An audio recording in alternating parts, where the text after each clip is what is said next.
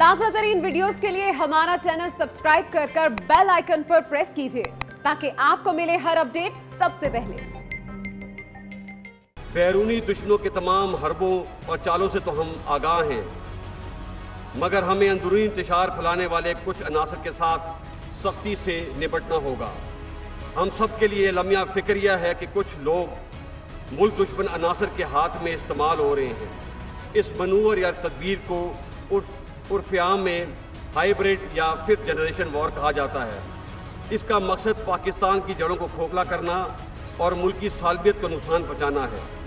हम इंशाअल्लाह इन मनफी अज़ाइम को कभी कामयाब नहीं होने देंगे। मुअज़्ज़ज़ हाज़रीन, हम खित्ते की सूरत-ए-हाल पर गहरी नज़र रखे हुए हैं, ख़ास तौर पर अफगानिस्तान से गैर मुल्की अफवाज के इनखला के बाद, जहाँ सूरत-ए-हाल अमन और इस्तेहकाम का एक मौका फराहम करती है, वहीं ये मज़ीद ख़तरात और मुश्किलात का पेश खैमा भी साबित हो सकती है।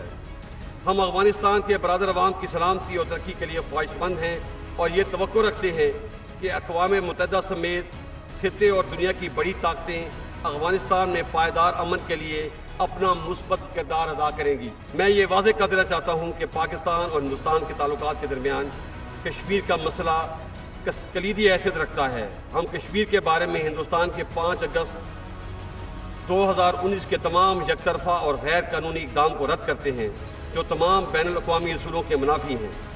हम कश्मीरी अवाम के जज्बा हुर्रियत, शहीदों की कुर्बानियों और ख़ास तौर पर सैयद अली गिलानी की तवील और अजीम जद्दोजहद को खराज तहसीन पेश करते हैं।